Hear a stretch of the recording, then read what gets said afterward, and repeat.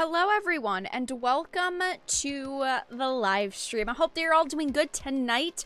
We've got a couple of interesting topics to discuss. Some new, some that are follow-ups to other topics that I've covered, whether, you know, in videos, live streams, and some rumors. So tonight, we're going to be talking about the Space Jams 2 movie, or Space Jams: A New Legacy movie that's coming out, because I talked about it in a video, but as a lot of you guys know, Pepe Le Pew was deemed offensive, and they did not add him into the movie. They decided they were going to skip on the character because he was insensitive, and a bunch of different reasons like that. But Warner Brothers has decided to include a Clockwork Orange character, or Clockwork Orange characters, in Space Jam's New Legacy as kind of small cameos. Like, if you weren't really looking at the fine details, you probably wouldn't see them, or maybe even understand the reference. I'm sure there's quite a lot of people that wouldn't understand the reference. But they decided that they were going to remove one character, Pepe Le Pew, because he was deemed offensive, yet they are adding in other characters that are also deemed as offensive. It just proves how out of touch companies like Warner Brothers truly are. We're going to be talking about some new rumors regarding Falcon and Winter Soldier. I've watched Falcon and Winter Soldier so far. It's okay. I remember before it came out a couple of weeks ago, I wasn't that excited for it, and I think that it's been alright. I figured I'd watch it, and it's been alright. I mean, it's so far, I've noticed a lot of problems with it, and this article touches on those problems because a new rumor is claiming that the Falcon and Winter Soldier viewers have turned off the show after BLM messaging. If you haven't watched the show so far, there is a lot of references to race in the show, a lot of them, and it's been a really big turnoff for me, and I know a lot of people watching it. I hope you're watching it while sailing the high seas, but apparently, according to a rumor, viewership is way down for the show, and honestly, it wouldn't really surprise me. We're going to be reading an article from Eric Kane regarding 6 Days in Fallujah. I've covered the 6 Days in Fallujah situation twice, once in a live stream, once in a video, and I might do another video on it because I don't think the fake outrage over this game is going to stop anytime soon. But this article covers the petty social justice tyrants continuing to go full censorship over 6 Days in Fallujah. Unfortunately, I don't think that this is going to stop anytime soon, but I can definitely voice my opinions on how ridiculous it is seeing game journalists you know, say, oh, we're not trying to take away from anyone's experiences playing a game. We're not trying to have a game censored or canceled, even though that's literally the exact thing that they're trying to do. And we're also going to be reading this Forbes article. It's a brand new situation that was just talked about today, or was just released today, and I'm going to be covering it in a video tomorrow because I definitely have a lot of thoughts on this. But there's a report going around that Sony is remaking The Last of Us, maybe doing a new Uncharted, but at a cost, and it is more Sony BS, them screwing over developers, them shoving developers into a box, them taking opportunities away from developers. I've definitely covered Sony a lot here on the channel and the garbage things that they do, but this is definitely a situation that needs to be covered. And of course, it's about The Last of Us. Apparently, there is a, you know, Last of Us remake coming out for the PlayStation 5. So it's gonna be an interesting night full of topics. Maybe we'll get a little bit of outrage going. Who knows? Maybe, you know, The Last of Us fanboys will show up. I've said it before because I've talked about The Last of Us and The Last of Us Part 2. I really liked The Last of Us 1. I thought The Last of Us 1 was a pretty damn good game. It wasn't like the best game ever, but I thought The Last of Us 1 definitely had a lot of unique elements to it. But The Last of Us Part 2 definitely wasn't a game of the year for me. It was definitely a very mediocre experience. The storytelling was really bad, lots of narratives thrown into it, but Naughty Dog definitely, for me, isn't the company that they once were. So those are the lineup of topics that we will be talking about tonight. But before we, start getting into them, hello everyone. How are you all doing? I hope that your evening is going well. It is a Friday night. I haven't streamed on Fridays in quite a while. But I had missed the discussion stream kind of at the beginning of the week. Usually when I do them, my schedule kind of got pushed around a lot. So I figured we'd kind of wrap up the week talking about a few different topics I've wanted to cover. Again, some of them are new, some of them are rumors, some of them aren't very new. Just stories over the past couple days that I haven't gotten a chance to make videos on, and some topics like 6 Days in Fallujah, and also the Sony situation that I will probably be making videos on at some point in the next day or two. But hi guys, how is your evening going? Hey, Mr. Pete, thank you for the $1 donation. Kind of want to buy 6 Days just because people are trying to cancel it. I wholeheartedly agree. 6 Days in Fallujah wasn't a game that I really had on my radar. I heard that they had announced it. Obviously, it was a game that was canceled many, many years ago, back in 2009, and they had announced back in February that they were going to be releasing it. They were going to be finishing it and releasing it. So I was like, oh, that's cool. I mean, I knew that it was canceled originally because of Outrage. I was like, oh, that's cool. I mean, maybe there won't be Outrage this time, or maybe there will be. And I didn't necessarily tell myself the second I heard it be announced again, like, oh my gosh, I'm definitely gonna buy this. But I had considered buying it, and now I'll definitely buy it because the Outrage has started up yet again. And I always try my best to support developers who don't care about, Outrage online, who don't cave into Outrage, who release the games that they want to release without censoring them. I mean, I try my best to play a lot of games like that. I mean, I played Sense of Cyberpunk Ghost Story, I played Galguns, I play waifu games, I try to support developers who don't cave into Outrage and who just create the games that they want, even if there is Outrage. So yeah, I'll at least be picking it up. I don't necessarily know if I'm gonna live stream it yet. I probably will live stream it though, because again, so much Outrage. I think it's ridiculous that people are outraged over a video game. What? Vera is committing misogyny. My soggy knees. What happened? Yeah, my internalized toxic misogyny is just, it's bubbling over today. That's definitely it. Day is so. Well, I hope the rest of your day goes well. I don't know what time zone you're in. It's 8:16 p.m. Eastern. Yes, I am on the East Coast. I always start my live streams at 8 Eastern. Almost always 7 or 8, but I don't know what time it is where you are, so I don't know how much of the day you have left. But I hope the rest of your day goes better. Hello, Rover. First time catching a live stream. I enjoy the content you make. Love from Norway. Norway, huh? How you guys doing in Norway? Well, thank you for stopping by. Much appreciated. What time is it there? We're talking about time. I have no clue what time it is in Norway. But thank you for, supporting the content, stopping by. Much appreciated. I figured also, why not do a Friday night live stream, because I don't usually lately do live streams on Fridays. Then again, I just live stream whatever days I want, whenever I want, so you can't tell me what to do. You're not my real dad. Is Galgun 2 good asking as a friend, or asking for as friend? A friend? Galgun's great. I mean, I live stream Galgun Returns on the channel. I'm going to be live streaming Galgun 2 in the near future. Probably, next month, I'll probably live stream Galgun 2. Maybe the month after, because Resident Evil Village is coming out next month. I don't exactly know yet, but, I really like the Galgun series, so I'd say go for it. It's also not that expensive, because it's not like it's a brand new game either.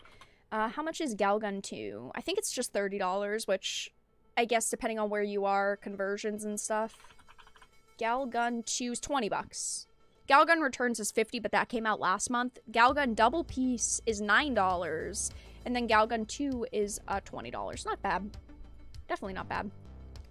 2:17 at night, like in the afternoon.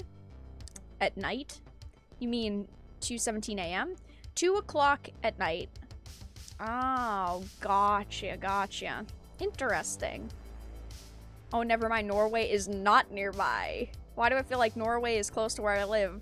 I swear if you say you live in, like, Montana or something, Nye, someone in chat's gotta slap you. I could swear Norway's nearby.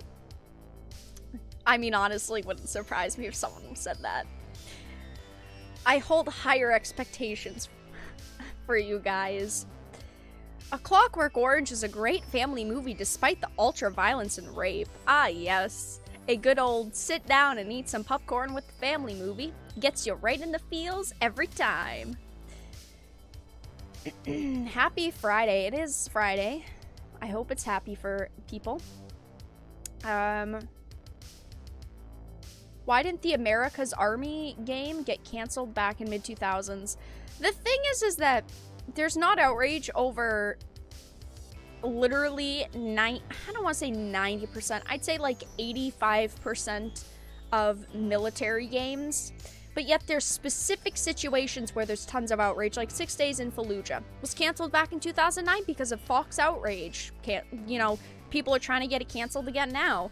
But yet Call of Duty comes out every single year and no one ever, you know, bats an eyelash. I mean, holy crap. I'm in Quebec. Nice. I'm in Ohio. Even worse. Norway is close to Canada, right? Oh boy. I think next week we're going to do a couple lessons on the world. I'm gonna show you guys this great game. It's called GeoGuessr. You guys are gonna have to figure out where you are in the world. Everyone open GeoGuessr while you're listening to stream. I think it's time. Yes, 2:17 a.m., but we don't use AM, PM because we are normal. Aha, yes. People of culture. Norway is next to Sweden. Are you sure? Would you bet your life on that answer? Are you absolutely positive? Geography 101. Norway is next to IKEA, right? Aha! That is the correct answer. Yeah, I don't play GeoGuessr, but I've played it before. GeoGuessr live stream, play along chat, because you guys need some lessons. Norway is 6 inches from Canada on my map. Wow. That's a very good answer. GeoGuessr is intense? Well, I mean, it is what it is. If the only way to teach people is to have them have fun, well, bring on the fun. People are trolling. No way people don't know where it is. I'd bet $50 on that, Blue. I'm sure half of it's troll. No one's gonna say they're not trolling, though.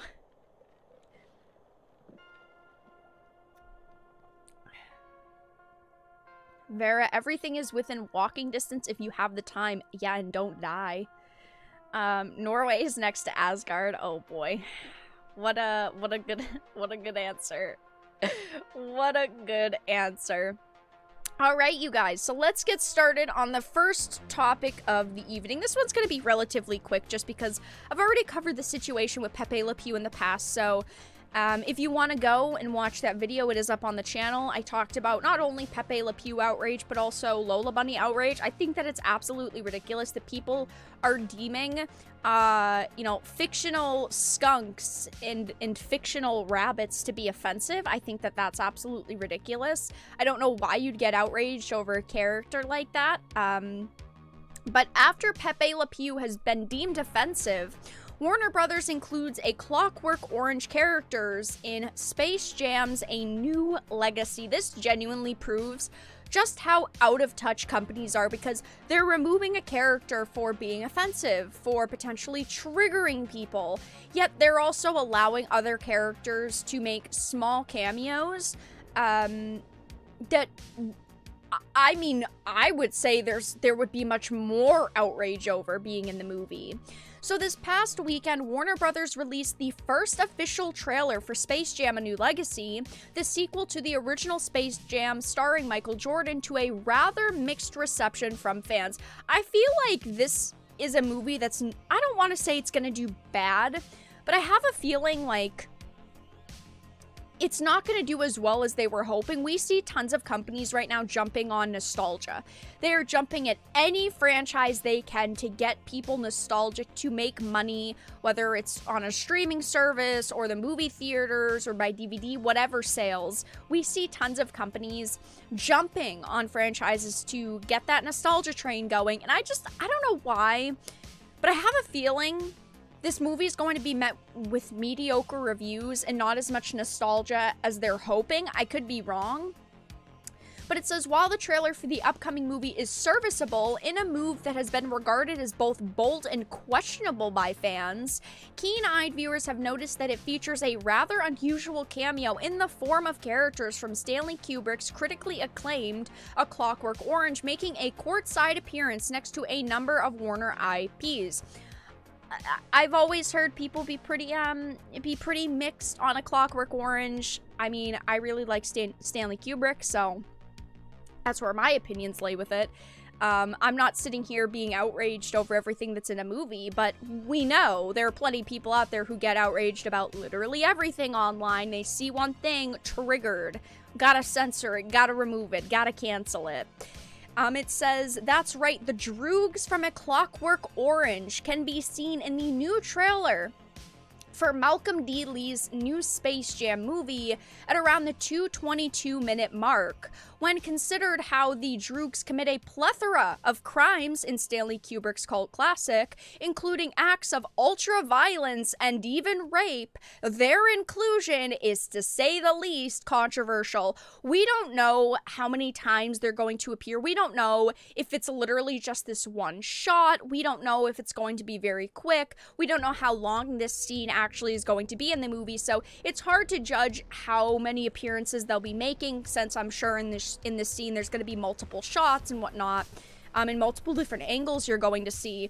But clearly there's going to be people who are going to point this out. There's clearly going to be people who are going to go, isn't it a bit hypocritical of you? Isn't this a bit bad of you to remove a fictional skunk from a movie because you're deeming him to be insensitive and offensive, yet you're adding in characters in movies that literally commit violent crimes and just violence and even rape? I mean, that, in my opinion, would be seen, or could be seen, as much more controversial.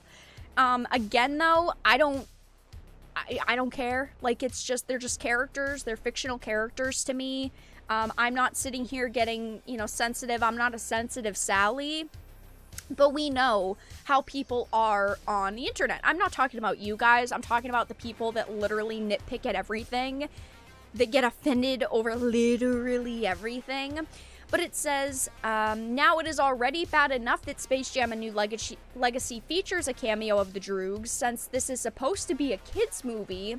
But what makes it even worse is that this cameo comes from behind the same studio that made the decision to remove Pepe Le Pew from their movie for being a character that doesn't agree with their woke standards. That's the thing here, is I think that it makes it even worse, because if they didn't remove Pepe Le Pew, there'd be people going, why would you, add these characters in as, a cameo? You could pick other characters from A Clockwork Orange if you wanted to.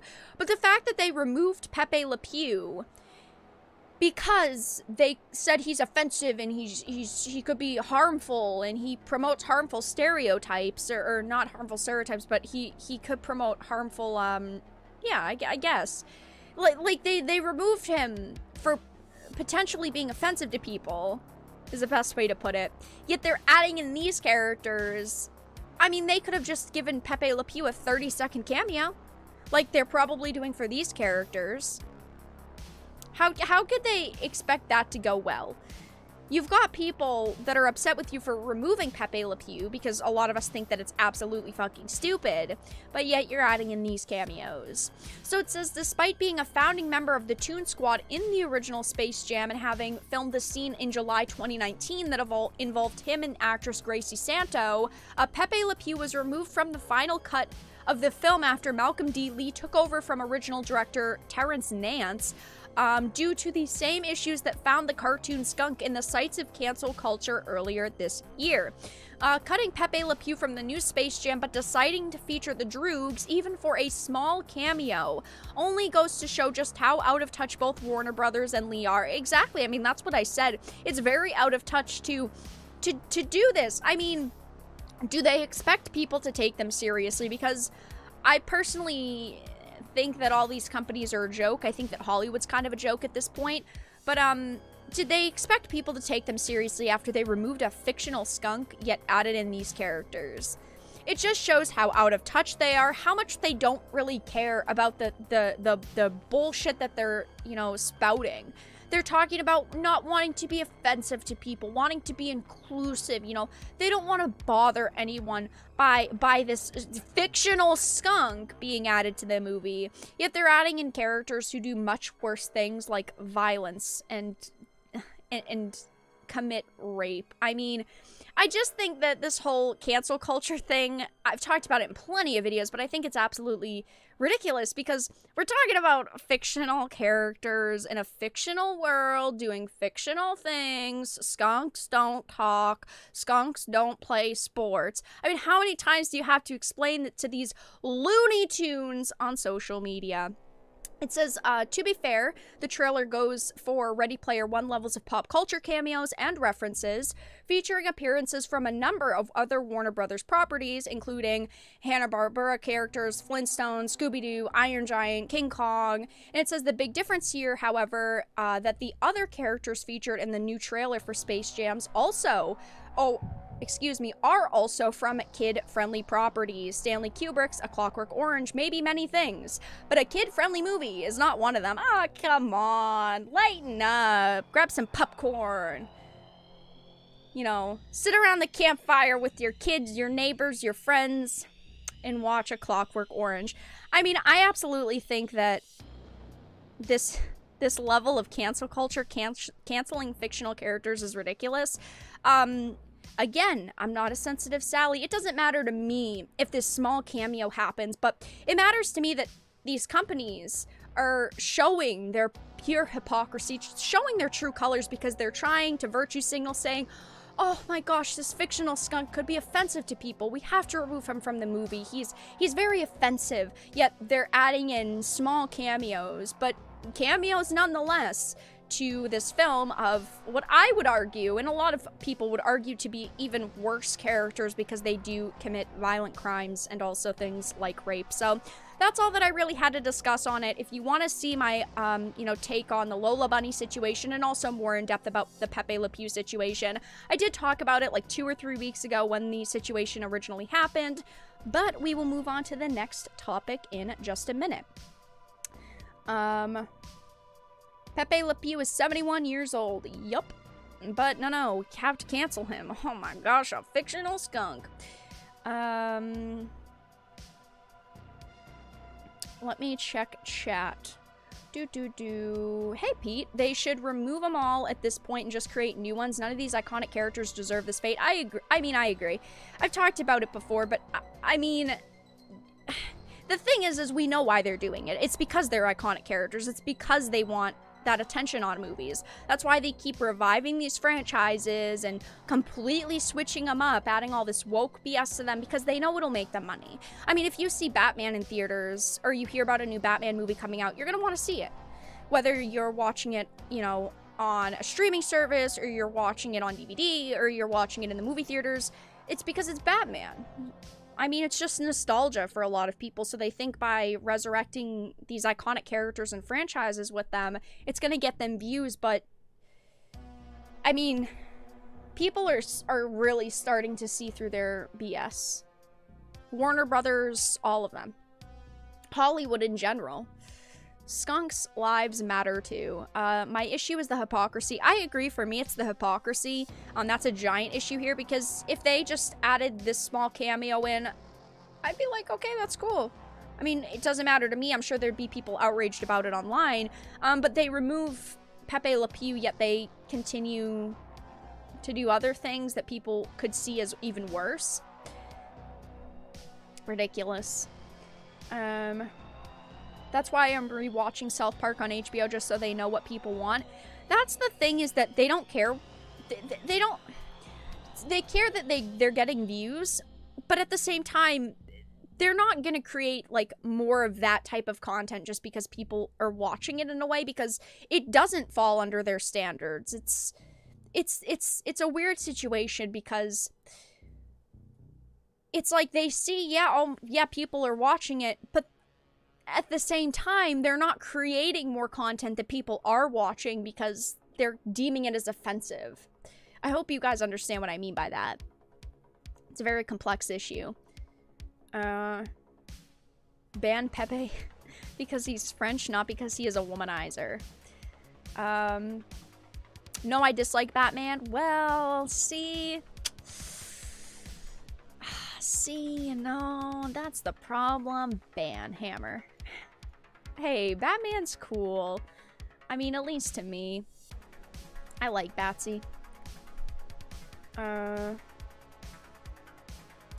watch Looney Tunes reruns on Saturday and Sunday afternoons growing up and watch the Tiny Toons cartoons. Why don't they remake Tiny Toons?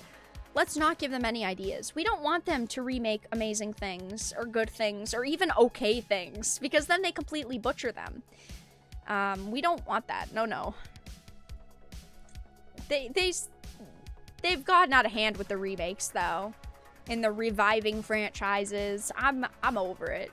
It's even with video games. I mean, it's not just Hollywood and the entertainment industry. We're also seeing it happen in video games. We hear about remakes all the time and see remakes and these franchises that haven't been touched in 15 years being resurrected. Which, on one hand, it's like, yeah, wow, I'm hopeful for it. I hope that it's going to come out good, but at the same time, we're always disappointed.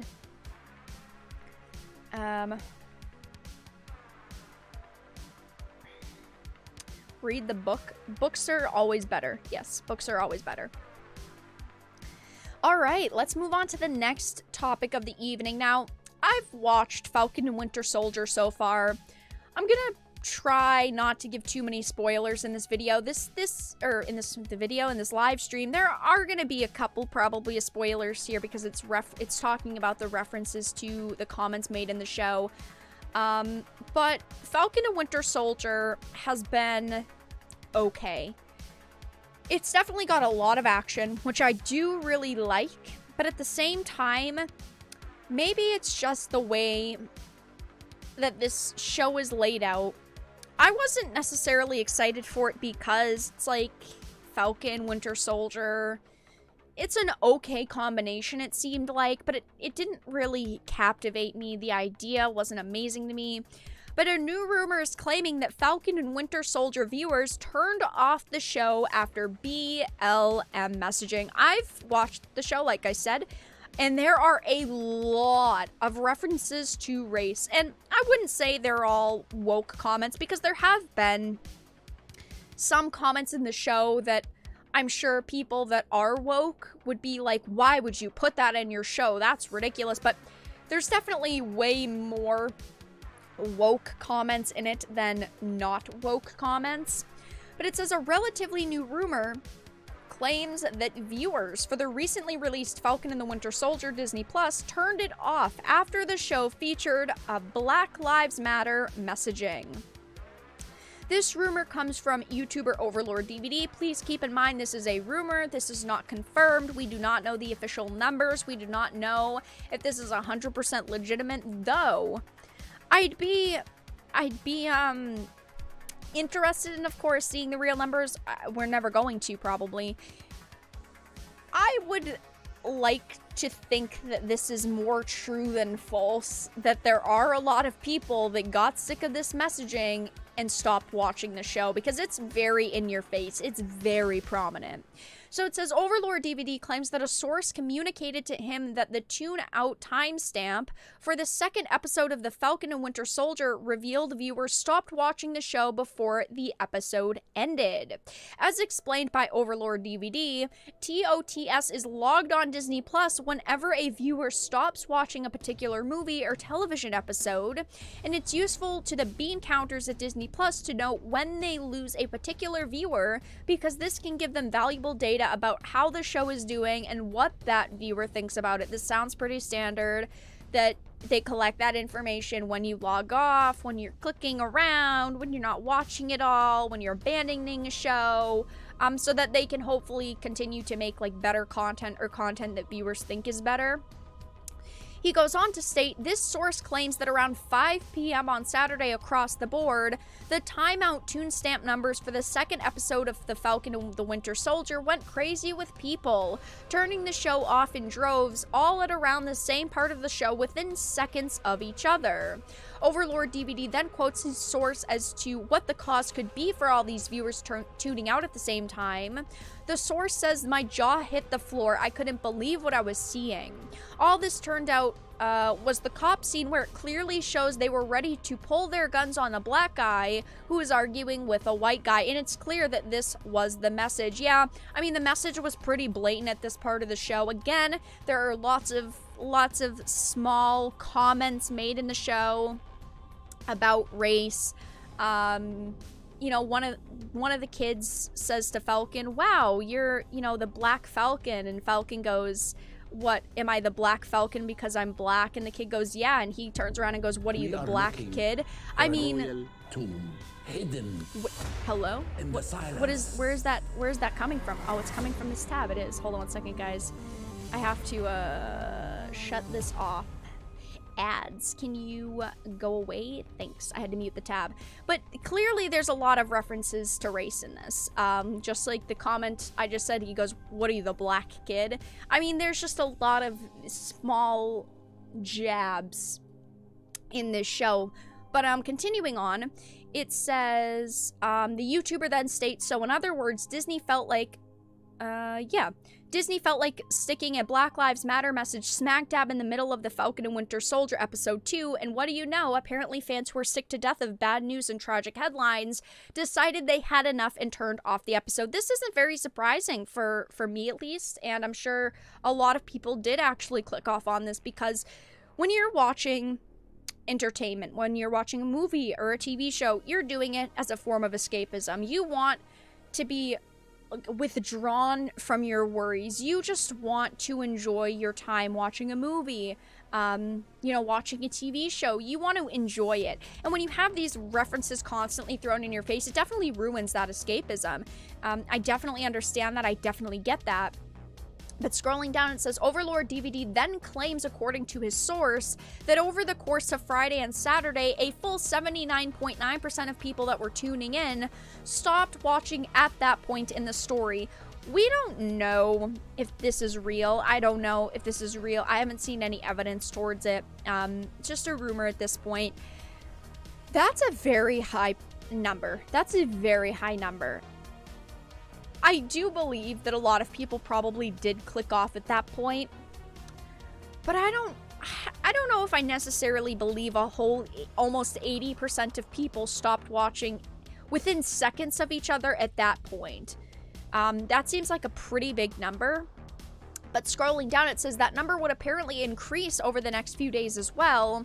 And he stated, according to this source, over the next few days, the TOTS average went up to 83.49% overall. And that means 83.49% of viewers turned off the episode at almost exactly the same woke point. And he adds, this source claims that there were also a lot of subsequent cancellations happening in real time.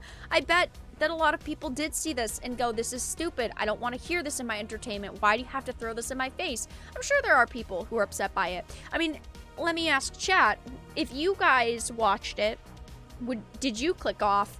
And even if you didn't watch it, if you saw this situation happen, would you click off? I bet a lot of people would click off. Yeah. You can't escape. Woke will always find you anywhere. Unfortunately, yeah. Woke is definitely a very powerful source now. Or a very powerful force, I guess, is the best way to put it. 80 is pretty high, but I don't doubt it. I don't necessarily believe 80% or 83.49%. I feel like it's maybe 50%. I just feel like 83.49% is very high. I feel like it's high. Again, though, I don't have the sources. Like, I didn't talk to the source. I don't have any type of information besides what's in this article, but that number seems very high. 80 is high, maybe half, I'd believe. I'd believe it more if it was like 50%. Yeah. I feel like when I saw the number, that's personally for me where I went, ooh, that's pretty high. And maybe, you know, the source just bumped up the number and said, oh yeah, it's like 80%, so that it sounded better. I don't know. I don't know what these sources are besides it's an anonymous source coming from Overlord DVD, which he has been right about things before. Didn't watch, but I would clock off. I agree. I think that a lot of people would agree with that comment. I don't want to see woke stuff in my escapism. Yeah, I don't think a lot of people do. I'm waiting on Captain Marvel 2. Ah, yes, the best movie of the century. Coming to a movie theater near you. That's ridiculous. Half the viewers would agree with that stuff, and a lot of people are just lazy and wouldn't switch off even if they didn't like it. That's the thing is, I feel like there's a lot of woke people that support Disney. Scrolling down, it says, after the first episode of Falcon and the Winter Soldier, Disney claimed the show was its most watched series premiere ever on the streaming platform. I mean, there hasn't been a lot of shows that have premiered on the platform. There was like WandaVision and stuff, which we heard the numbers for that were pretty good. But it says in a press release, they stated Disney Plus original series Falcon and Winter Soldier ranked as the most watched series premiere ever on Disney Plus during its opening weekend. Did they? Oh yeah. The company didn't actually provide any viewership figures. However, it is being claimed that the show is viewed 1.7 million, or by 1.7 million US households, 247,000 UK households, and 79,000 German households. That's not a confirmed number. But it says for the second episode, Samba TV claimed the show was viewed by 1.3 million US households and 253,000 UK households. They have not provided any data on the third episode, which aired on April 2nd. I'm pretty torn with Falcon and Winter Soldier. I have watched it, sailing the high seas for sure, but I feel like this is just another situation to add to the pile of garbage from Disney and Marvel. I mean, let's look at what Disney did with Star Wars. But regardless, I do believe that people clicked off. I do believe that people turned off the show after they saw this messaging. And I think a lot of people aren't going to come back. I think a lot of people will be like, I don't want this thrown into my show and thrown into my escapism. People could spend their time watching something better. It's hard because I know a lot of people like Marvel. They want to know what's happening in the MCU. They want to watch this show because maybe they like the characters. Maybe they're interested in the story in general. And it is unfortunate that a lot of people have to resort to either not watching it because there's things like BLM messaging, or you have to kind of suck it up and watch it. I think that there's still going to be plenty of people who are going to watch it. I'd be definitely very interested to see the numbers continuing forward for like episode 3, 4, etc. I don't know if we'll get those numbers anytime soon, but I definitely think that this is a possibility that people did turn off the show after this messaging. So with that being said, we will move into the next topic in just a minute. Let me check chat. I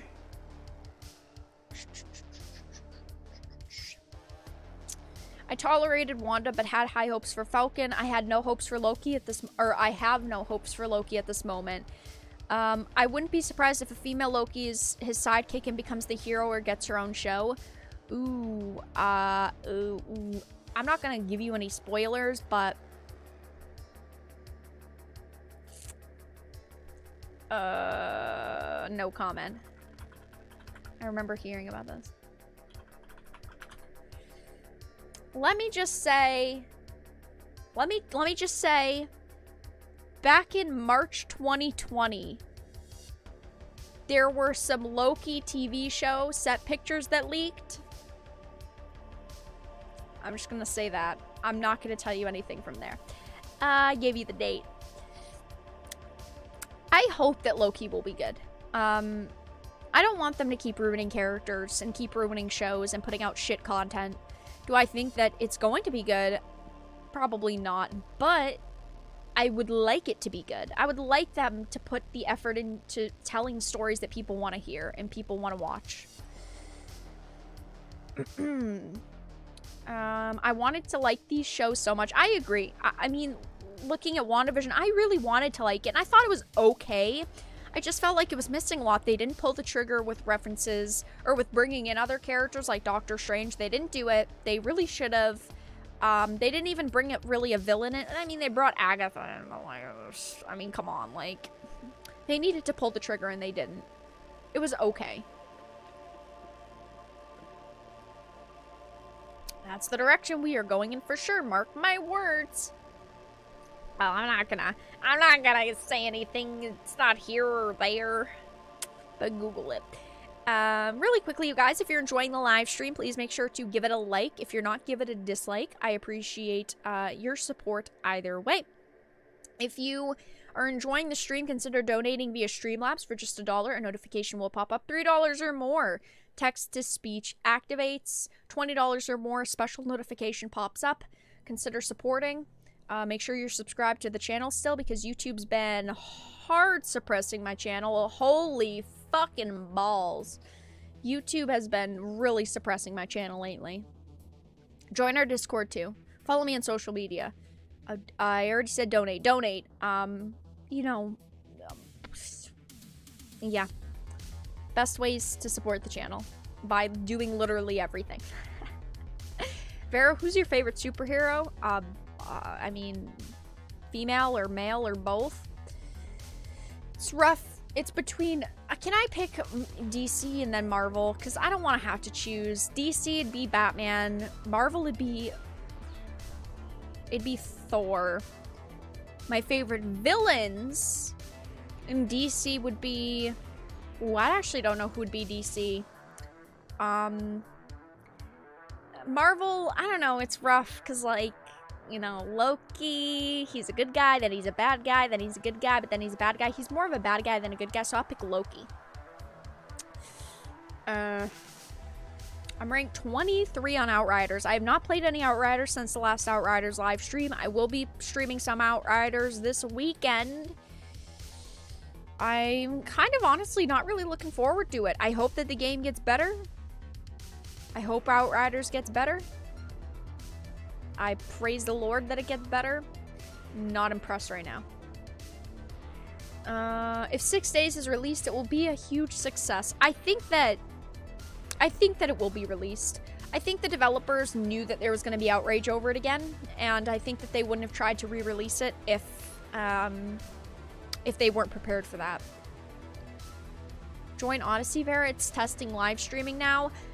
I've considered joining Odyssey. I might at some point. I don't know exactly, though. I've looked into it, though. Maybe.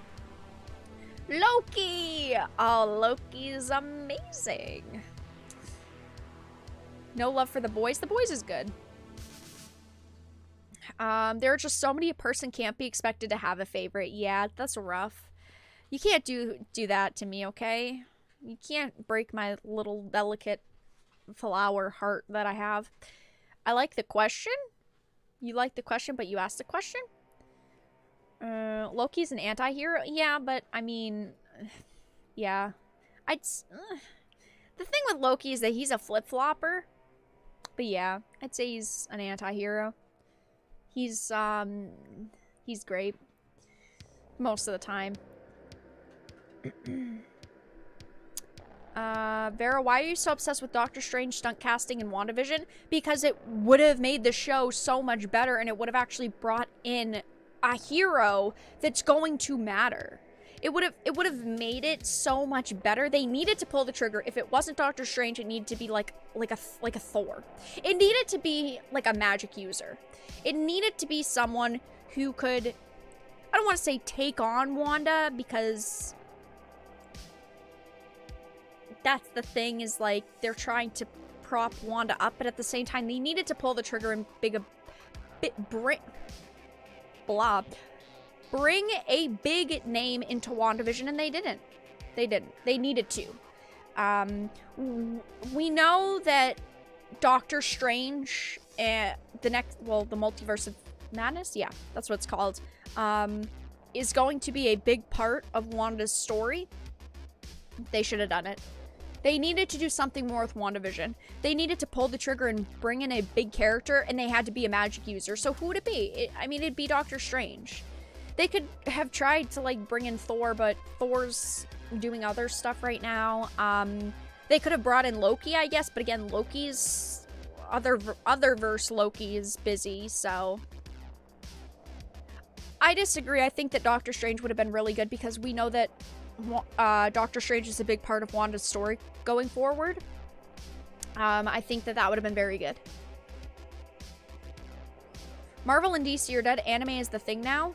Jujutsu Kaisen. I have not seen all of it now. No spoilers. Attack on Titan's better than the MCU. I feel like, what era of the MCU? The whole MCU? Or a specific part of the MCU, like Phase 4, Phase 3, Phase 2, Phase 1. Phase 1 and Phase 2 MCU, that's rough. That's rough that you make me decide. Loki is a god of chaos and trickery? Yeah, yeah. It would stand his alignment as chaotic too, yeah. Why does YouTube hate you, Vera? I don't know. Ask them. Alright, guys, so let's move on to the next topic of the evening. I'm not going to go and read this whole article because it is pretty long, but it is a very good article, and I wanted to read some of it. I'll probably be covering the 6 days in Fallujah situation in another video again. I've covered it once already, so if you haven't seen that, go ahead and watch it. I'd say it was a pretty good video. I covered the situation where it stood like 2 weeks ago when I covered it, but... This is an article by Eric Kane. Petty social justice tyrants continue to go full censorship over 6 days in Fallujah. There's been a lot of outrage over 6 days in Fallujah. Again, I talked about it in another video. On social media, there have been plenty of people trying to get this game canceled. This was originally a game that was supposed to come out in 2009. The developers ended up canceling it because of outrage. Outrage that really started because of Fox News, by the way. And they decided, well, new developers who ended up getting the game decided that they were going to finish the game and release it in 2021. Very risky move, because people are, of course, there are some people out there who are very outraged over it. There are, YouTubers, game journalists, people in the mainstream gaming media who are trying to get this game canceled, which is absolutely ridiculous in my opinion.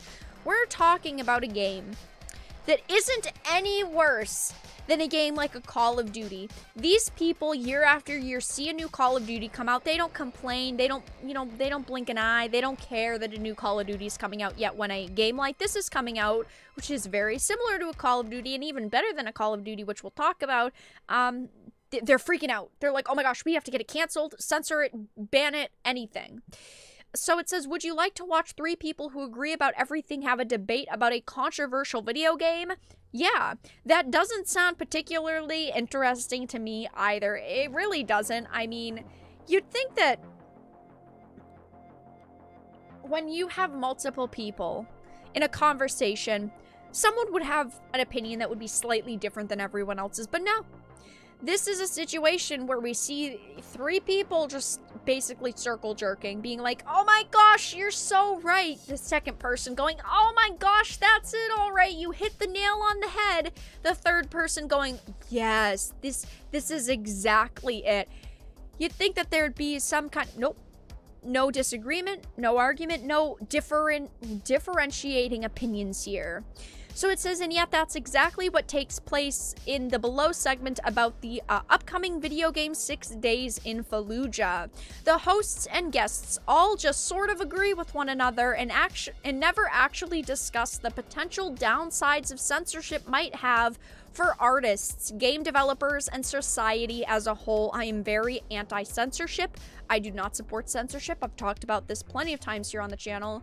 The thing with this video game is there's people who want it censored and banned because they don't like it.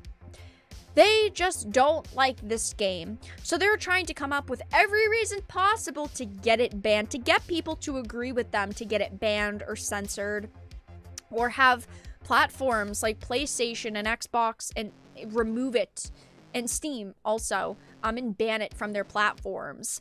It says, it might have been fun to have a dissenting opinion, but what do I know? Maybe that would have created an unsafe space. I will put this article into chat in case you want to actually view the video, which is being talked about here.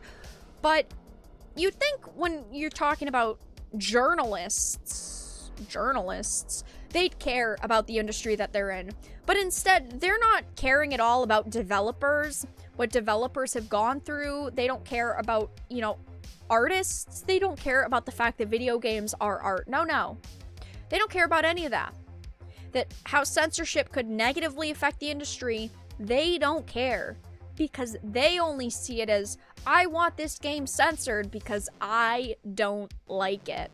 So an IGN game journalist, Rebecca Valentine, who has me blocked on Twitter, so brave, haha, actually for me I'm blocked too, so maybe it's a blockchain, who knows?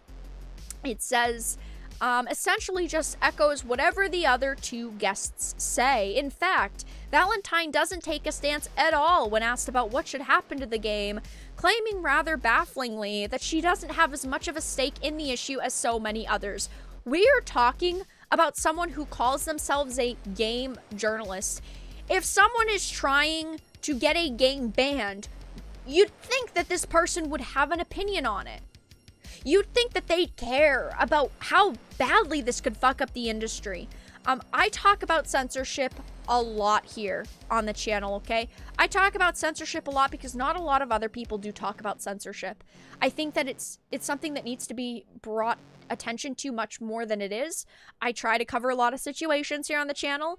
Obviously, it's not that easy. But as someone who could be considered a game journalist, whenever something happens in the gaming industry, an industry I'm directly affiliated with, I care. So you'd think that someone who says that they're a game journalist, you'd think that they'd care about a big situation like this happening, but instead, she doesn't take a stance at all about what should or shouldn't happen to the game, what she even thinks really about the game, except for agreeing with the other people who are there during this interview. So it says, last time I checked, journalists actually have a rather large stake in matters of censorship and free speech. I guess journalism isn't what it used to be, though my critique does not extend to the many heroic journalists imprisoned across the world by censorious regimes. It's hard to call these journalists game journalists, not Eric Kane, the one who wrote this article, because I think that a lot of his reporting is good, but a journalist like Rebecca Valentine, the IGN game journalist, you'd think that they'd care more about an industry. And to me, being a journalist isn't just like, oh, I'm writing an article about this industry. It's about caring about the industry and the health of the industry. That's why, you know, air quotes, game journalist, or when you're typing game journalist, one lowercase, one uppercase, one lowercase, one uppercase, because these people don't care about the industry that they're in. It says, but sure, tell me how censorship doesn't have an impact. It's so unfortunate that so many people don't understand the extensive censorship, even in just the gaming industry, entertainment, what have you. It's pretty sad to see how many people don't see how much censorship's going on in the gaming industry. They try to say censorship in the gaming industry doesn't happen, you know. They look at situations as a single situation. So like if I talk about a video game that's been censored, like Mortal Kombat, the females in Mortal Kombat, all of their outfits were completely toned down, completely censored from their last versions, people just go, oh, all you care about is tits and objectifying women. You don't actually care. What does it matter? It's only a little bit of cleavage covered up. The point is that it happens so often, you can't just look at it from a single situation. You have to look at everything that's going on in all of the situations going on. It says the other guests, a rapper and a video game developer, pretty much just agree with one another for the duration of the video, and the host only challenges these views briefly and with only the softest of softballs. Even if she disagreed with their opinions or agreed with their opinions, I think that it's extremely important when you're doing an interview or you're having a group discussion to raise important questions that could be critical of a situation. I think that that's extremely important to an interview, and they don't do that. All they do, really, is throw softballs, because they know everyone in this situation had basically the same opinion, and that's that this game should be censored, banned from platforms like Sony, Microsoft, PC, Steam. So they didn't raise any questions like, what do you think is going to happen in 5 years when games continuously get censored? How do you think video game developers are going to feel? How do you think that this could affect, video games in the industry? No, they don't raise any questions like that, because that'd be too hard for their little pea-sized fucking brains. It says the game is historical revisionism, they argue, and glorifies an illegal war while stereotyping Arabic people and Muslims. It is a war crime game, despite depicting a battle that took place between extremist insurgent forces and coalition groups comprised of the US, UK, and Iraqi forces. Okay, that's their argument. Did they compare their argument to the other side of the spectrum's argument? They're saying, well, it's all of these things. That's their opinion. But do they bring someone in with a different opinion or try to understand everyone else's opinion? No. They only care about their opinion and what they think is right. It says it's an echo chamber. Of course it is, unfortunately. There is nobody here that actually wants to challenge anyone else's ideas. No debate. Only a brief pre-recorded comment from a game journalist who makes the preposterous suggestion that maybe everyone is getting ahead of themselves and should actually play the game first. Please join me in condemning this vile creature to eternal damnation for his sinful ways. I think that is important, is literally saying, play the game first. See what the game is about. These people who want these games censored, canceled, don't allow people or don't want people to be allowed the chance to play the game because they just want it banned. They just want it removed. They want it to be buried under a pile of rubble. It says, instead we get a round table of people who want the US government to ban a video game they deem offensive. It's pretty funny to see video game journalists say things like, this video game should be banned in the United States. You can try to get an individual platform to ban a game, like Steam could ban a game, Microsoft could ban a game from their platform, Sony could ban a game from their platform. You can't get a game banned in the United States.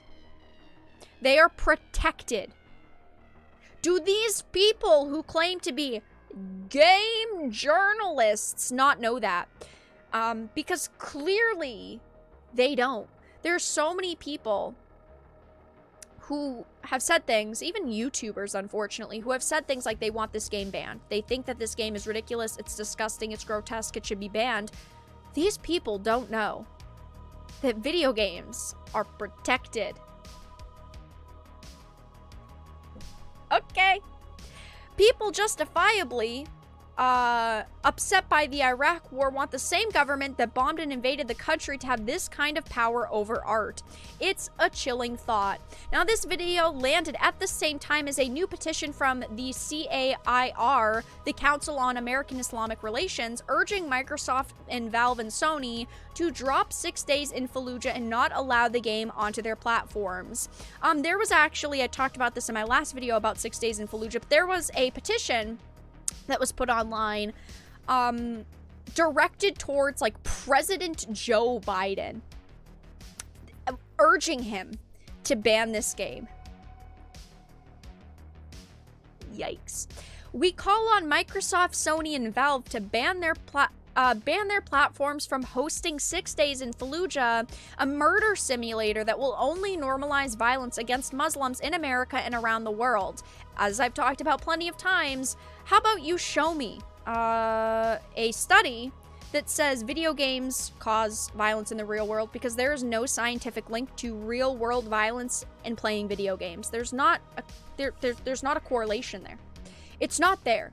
So saying, oh my gosh, this will normalize violence and cause violence is outrageous, because it's not true. It says the gaming industry must stop dehumanizing Muslims. Video games like 6 Days in Fallujah only serve to glorify violence that took the lives of hundreds of civilians, justify the Iraq war, and reinforce anti-Muslim sentiment at a time when anti-Muslim bigotry continues to threaten human life. Again, you know, violence in a video game doesn't cause real-world violence. There's not enough studies to back these claims up. It says CAIR does not know what the game will actually portray or how it will tackle the subject matter. I mentioned this in my previous video about 6 Days in Fallujah, but the game isn't just from a soldier's point of view, which if we see Call of Duties, every Call of Duty game is 98% from a soldier's point of view. Okay? It's not from a civilian's point of view. This game, 6 Days in Fallujah, there are parts of it that are civilian point of views. They consulted with real people who went through that experience and had to experience that in their lives. Okay? They are doing more than an Activision Blizzard is doing. These people don't criticize Activision Blizzard every year when a new Call of Duty releases. No, only this game that caused outrage, 10 years ago.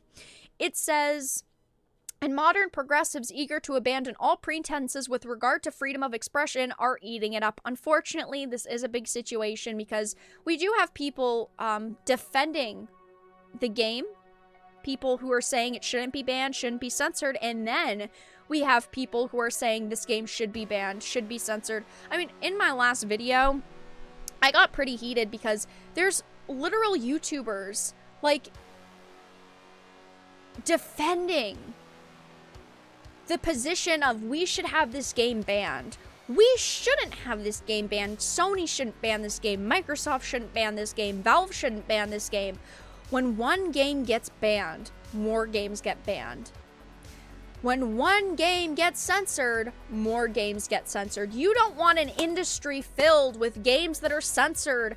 We don't want movies that are censored. We don't want entertainment that is censored. Because then we're not going to get out-of-the-box games. We're only going to get the same game every year. We're not going to get new, fresh, innovative ideas.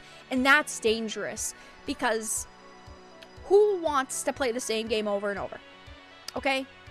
Who wants to see every year, like Call of Duty, the same Call of Duty release every year, just with a slightly different story, slightly different setting, slightly different maps?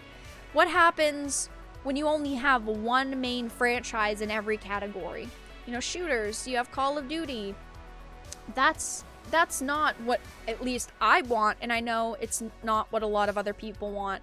I'm going to leave the conversation about 6 Days in Fallujah here just because I have covered it already, and I'm probably going to cover this in a video, probably on Sunday, because I don't think that this situation is going to calm down anytime soon. I think we're going to continue to see people demanding censorship over 6 Days in Fallujah. I think we're going to see a lot of people continue to say this game should be banned, this is ridiculous, this is disgusting, this is awful. And of course there are going to be people like me who are going to say fuck censorship, this is not okay, games should not be censored. Thanks for coming to my Titan Talk, ladies and gentlemen. I put the article into chat. It is a pretty good article if you want to go and read it. It's pretty long, so I wasn't planning on reading it all, but I wanted to read some of it. Support indie devs. Yes. Do your research on them, though. Do your research. Indie devs can be bad, too, but a lot of them aren't. Let me check chat really quickly.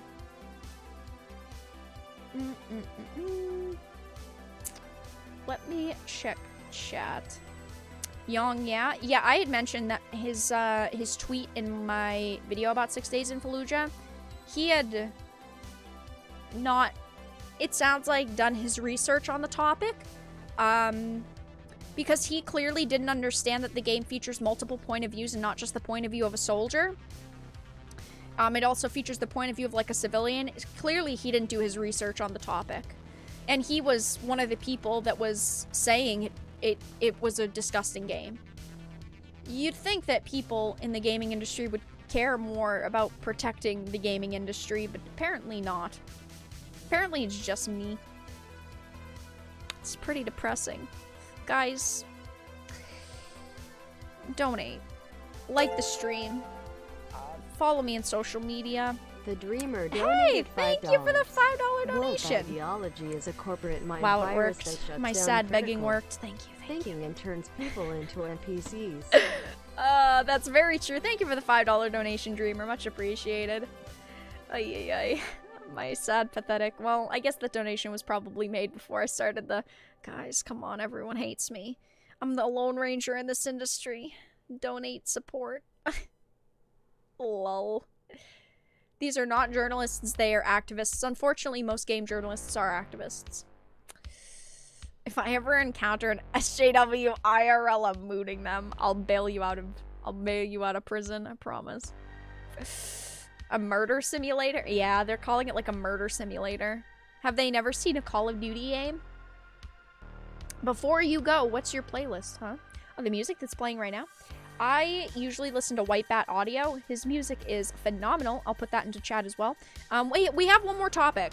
It's gonna be a quick topic, but we have one more topic. I'm gonna be talking about this in a video tomorrow.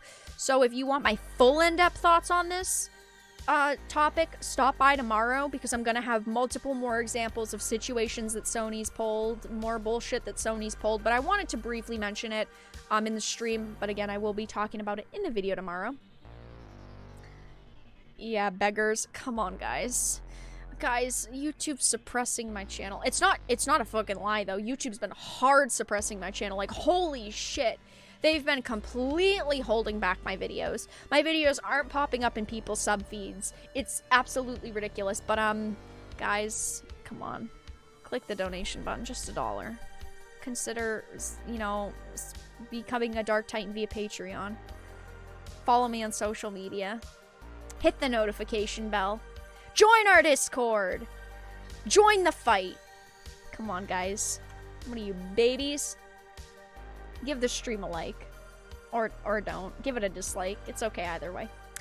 I've been binging Wipeout Audio all week. He's so talented. I agree. His music very good. I usually listen to his music because it's copyright free. I like to, of course, give artists as many shout outs as I can, basically. And his music is very good. I share it. And usually we listen to the Oblivion track. I feel like it's just the most, I don't want to say mellow, but it's like, it's not too upbeat, but it's also not like Resident Sleeper.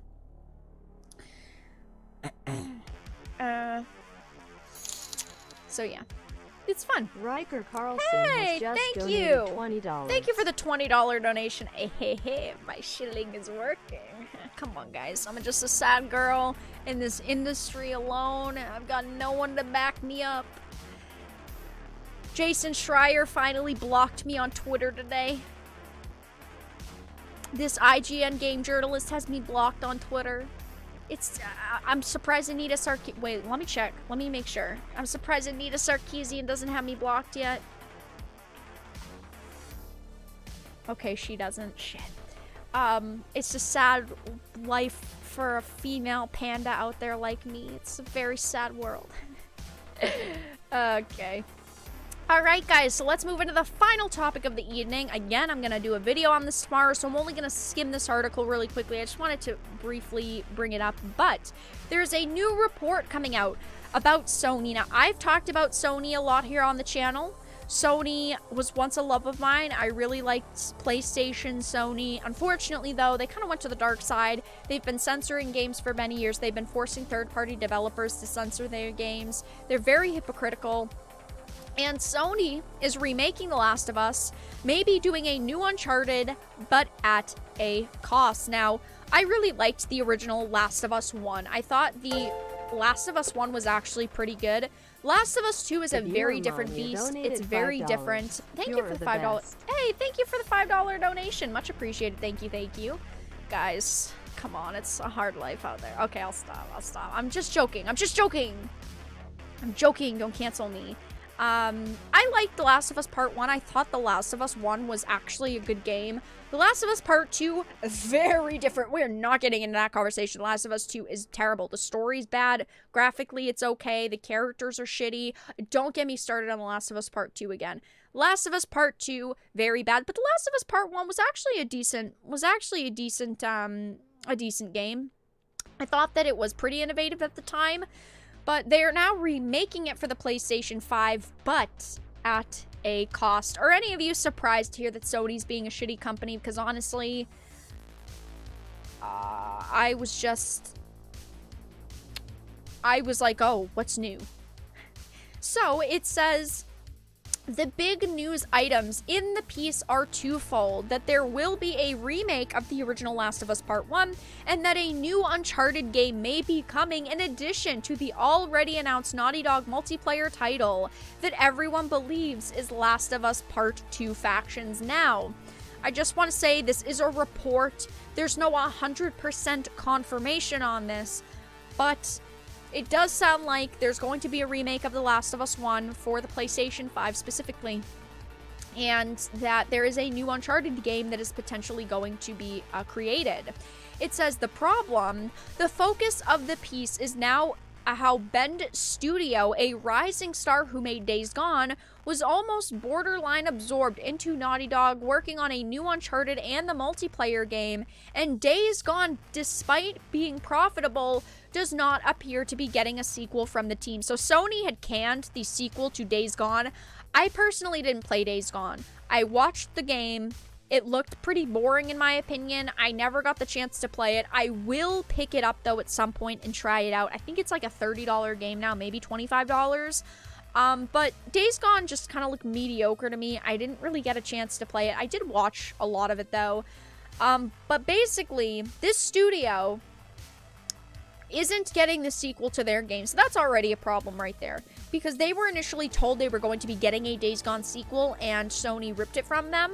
But it says despite this conflict, they were eventually taken off the new Uncharted game and making a new game. And the overall gist of this piece is that Sony's relentless focus on mega hit blockbusters is creating, it sounds like, a lot of tension. Another new group was meant to be a new development studio, pitched a solo game, but it wasn't impressive enough, and they were put onto a Last of Us remake instead. So this studio, this new development group, was initially told, you're going to be able to create a new game. It just says a solo game. We don't necessarily know if that means in a specific franchise that, Sony already owns. I'm guessing it was going to be just a brand new title. They're just calling it a solo game. But apparently, it wasn't impressive enough, and they were put onto the Last of Us remake instead. So this development studio was told, well, your idea, see, we initially said you could create what you wanted, but no, you can't anymore because we don't like the idea, so we're going to put you onto something that we know is going to make money. It forces, again, developers into a box because they can't create what they want. It says Sony has done a great job cultivating studios into ones that have grown and produced mega hits for them, like Spider-Man, Horizon Zero Dawn, Ghost of Tsushima. They're all pretty good games. The first Spider-Man game was very good. Horizon Zero Dawn was an okay game. It was good. Ghost of Tsushima is honestly one of my favorite games. It's still new, and the second I played it, I finished my playthrough, I knew it was going to be one of my favorite games. But it continues to say that now the plan appears to be for all those games to get a sequel, in addition to the continuation of long-running mega-hit franchises like Uncharted and God of War. Sony doesn't want to give developers a chance, okay? I know that Sony knows that they can make money off of a God of War, Uncharted, Gears of War? No, I'm fucking wrong. Ghost of Tsushima, Horizon Zero Dawn, Spider-Man. They know if they continue to pump out sequels and you know, the trilogies and what have you, spin-offs of these franchises, they know that they can make a boatload of money from them. But they're not giving developers a chance to create what they want. They're not doing that. They're taking away their opportunities. They're literally telling these development groups that are starting, yeah, you know, you can create this game, this new franchise, what have you, yet they're ripping that away from them. It says, in short, the idea conveyed is that perhaps Bender, this new studio, could have been the next one of those to break out, but instead we're tasked with supporting an already sprawling giant like Naughty Dog. Naughty Dog is a company that I never necessarily thought was this amazing god-tier company, but Naughty Dog, how do I say this, turned into bullshit. Naughty Dog went from being a decent development studio to being a group full of fucking activists. They don't actually care about creating a good game. They care about making a statement. They care about making divisive games, because that's exactly what they did with The Last of Us Part 2. They made it as divisive as possible. They knew people would play The Last of Us Part 2 and go, yeah, there are going to be people who love this idea, but there are also going to be people who hate this idea. They literally said, Neil fucking Druckmann literally said they didn't go into it trying to please everyone. They went into it trying to cause an uproar, trying to get people upset about it.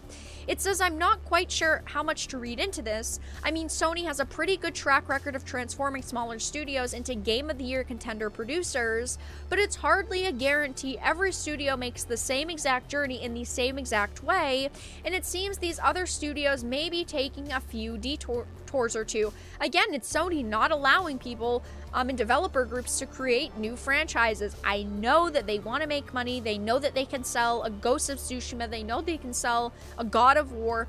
But developers deserve the chance to create new IPs and deserve the chance to be able to create the games that they want and not be thrown off to other studios, because that's what happened here. Instead of creating an original game like they were told they were going to be able to, Sony basically swept them off to the side and said, you can go help Naughty Dog, because we know it's going to make us money. It says it's also hard to question Sony's overall strategy here, given the scale and quality of hits they've produced. Why wouldn't they make sequels to all these blockbusters? Why wouldn't they keep from making an Uncharted or God of War game so long as there's demand? I understand this point of view, but at the same time, you can't continuously create the same franchise over and over and over. I know it makes some money, but people are going to get sick of it, and people are going to stop buying. At some point, you're going to screw up a franchise. At some point, you're going to make a game that people don't like, that people are upset with, and then what are you going to do? Try to lean on one franchise alone? It doesn't work that way. Sony does have a lot of hits. They do have a lot of blockbusters, but by not allowing developers that creative freedom, they're going to hit a wall eventually where people are like, oh, look, it's the 12th God of War game. Oh, look, it's the 6th Horizon Zero Dawn game. People are going to get sick of it and get sick and tired of it. I'm going to stop reading the article here because, again, it is a long article, but I will be covering my full in-depth thoughts and also giving examples in a video tomorrow. So make sure to stop by for that. It's gonna be probably a slightly longer video because I've talked about Sony so much in the past. I have so many examples I can use. But yeah, that's all that I really had to discuss tonight. We talked about Sony remaking The Last of Us for the PlayStation 5 reportedly, but at a cost. We talked about 6 Days in Fallujah and the petty social justice tyrants continuing to go full censorship over it. We talked about the rumor regarding Falcon and Winter Soldier viewership tanking, and we also discussed Pepe Le Pew and A Clockwork Orange characters being in Space Jam: A New Legacy. If you guys have any questions or topics you'd like me to discuss, please feel free to put them into the chat now. I'd be happy to answer any questions that you guys have. And yeah, we'll be wrapping up stream in a couple of minutes. Let me check chat though.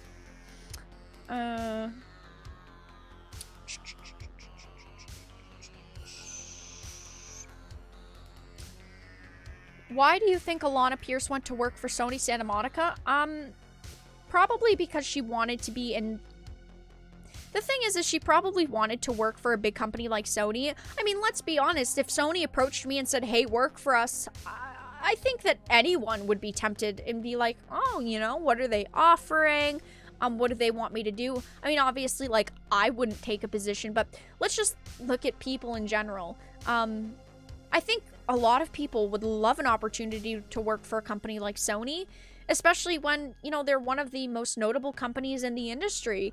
I mean, it's tempting for anyone, and I don't blame her for going to work for a Sony, but to work for a Sony, you have to be talking about specific political viewpoints, you have to be making specific comments, and you have to be pleasing them.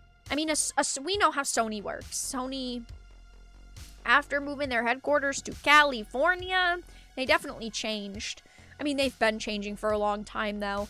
I think that she mainly just went to work for Sony Santa Monica because it was a good opportunity for her, and I don't blame her for taking that opportunity.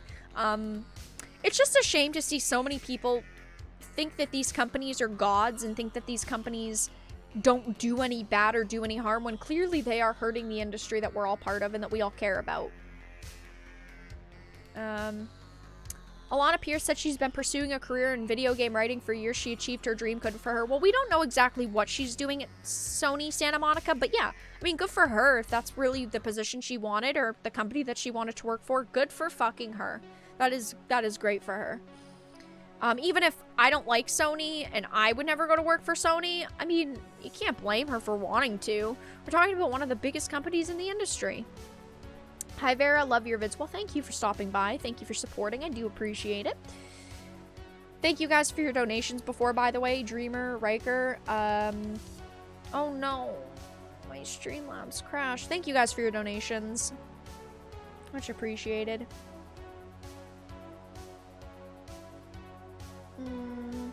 Oh no, I clicked a button. Is it gonna pop up? It did pop up. Not a new donation. Deburuman, you donated I accidentally $5. clicked it again. I'm You're so sorry. The best. Well, I mean, you got a shout out twice. Thank you again for the donation, Mania. Much appreciated. That was 12 minutes ago. I clicked the button because my Streamlabs dashboard crashed and I was spamming it to open again. Yeah, I'm a professional, you know what I'm saying? I'm a professional streamer. She has the right, yeah, she has the right political opinions. I mean, yeah. I hate how much California gets brought up. I agree. Thoughts on the Intel toxicity censorship software? There's a lot of companies that are doing things like that. I mean, even Microsoft said that they were trying to develop software to basically, during voice chat, censor people in a way, to catch slurs and, you know, sayings, phrases that are being used negatively in voice chat. I mean, even Microsoft said that they were trying to develop software for voice chat. A lot of companies are trying to right now. Toxicity is fake news. Hi Vera, do you normally stream on Twitch? No, I never stream on Twitch. I do have a Twitch channel, just so I have one in case YouTube ever like bans me or something, or if live streaming ever, you know, was a problem on YouTube. I do have a Twitch as a backup, and I also have like a BitChute for a backup for videos, but I do not stream on Twitch. I stream on YouTube, and I stream usually at 7 or 8 p.m. Eastern. I stream 4 days a week, roughly. Bleep. Yeah, bleep. Oh no, the music stopped. So if you guys have any last minute questions to ask, please feel free to put them into the chat now. I'll probably be ending stream in about 5 minutes. By the way, the music suits your streams. They go hand in hand. I love the music that I use, White Bat Audio. I think that he's very talented. So, thank you for the compliment. It is not my audio. He does make custom tracks, though. Wink, wink, hint, hint, nudge, nudge. Maybe one day. That's totally not something out of 1984. Oh, yeah, totally not something out of this book here. Companies these days. Just what we need, more censorship. It's an unfortunate world that we live in now. 2021. Wow, wow, wow. It's definitely a fucking year, isn't it?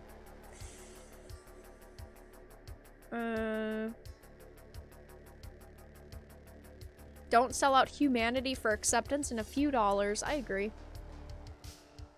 I mean, look at the people defending like Disney and shit. Activision Blizzard. Yeah, they're totally not bending over to their Chinese overlords at all. No, no, of course not. Of course not. It's all just fake news. I'm open to hearing intelligent opinions. I might disagree with people, but if they have an intelligent opinion and they can argue their opinion, I mean, it's everyone's right to have an opinion, whether you agree with mine, you disagree with mine, but there's so many people that say, cancel things, censor things, it's outrageous, it's disgusting, if they don't have a reason why. They just say, oh, because, you know, stuff and things. It's pretty ridiculous. Vera theme song when? Maybe soon. TM. 1984, A Guide to the Future? Yup. I'm surprised Cards Against Humanity hasn't been canceled yet. I mean, a better way to look at it is, right, how many things haven't been canceled and which things have been canceled? There's so many things that have been canceled now. What hasn't been canceled? Fake news? Yup. The last great game I played was Kingdom Come Deliverance, and unsurprisingly was attacked for being historically accurate. Yup, I remember when that situation happened. People are ridiculous. They complain when something isn't historically accurate. They complain when something is historically accurate. I mean, they complain when there's multiple point of views. They complain when there's not multiple point of views. You can't please some people out there. It's just, they're mad no matter what. Neil Druckmann is finished. I think that Neil Druckmann is... he's something alright. Naughty Dog was good until Neil Druckmann became he's what, the vice president? And after that, it... woo, just, like, imploded. Yeah, I've lost track, too.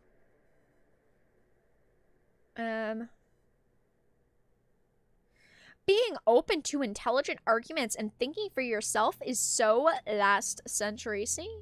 Yeah, exactly. Dreamer gets it. It's ridiculous. But that is the world that we live in. But alright, you guys, I am going to wrap up the live stream and end it here. Thank you so much for stopping by tonight, you guys. I really do appreciate it. A nice Friday night live stream for once. I will be streaming again tomorrow. I will be playing some Outriders for a couple of hours, so make sure to stop by for that, 8 p.m. Eastern. If you all enjoyed the live stream, please make sure to give it a like. If you didn't, give it a dislike. I appreciate your support either way. Consider becoming a Dark Titan via Patreon for just $1 a month. I do appreciate all of the support. I will be posting about my next supporter-only live stream relatively soon. I need to figure out when that's going to be, but in the future, that's the best answer I can give you. If you enjoy the content, make sure to hit the notification bell as well. Join our Discord. We're very active there. I tag you all when I go live in case YouTube doesn't notify you, because YouTube doesn't like to notify people of my videos and my live streams because I post daily content and YouTube seems to freaking hate that. Follow me on social media like Twitter, Minds. I have a BitChute. All of the links to social media are in the description. But with that being said, join the Discord. Subscribe if you're not already subscribed. Give the live stream a like. And yeah, I will be back around tomorrow for a live stream. Thank you all so much for stopping by, and have a fantastic evening, everyone.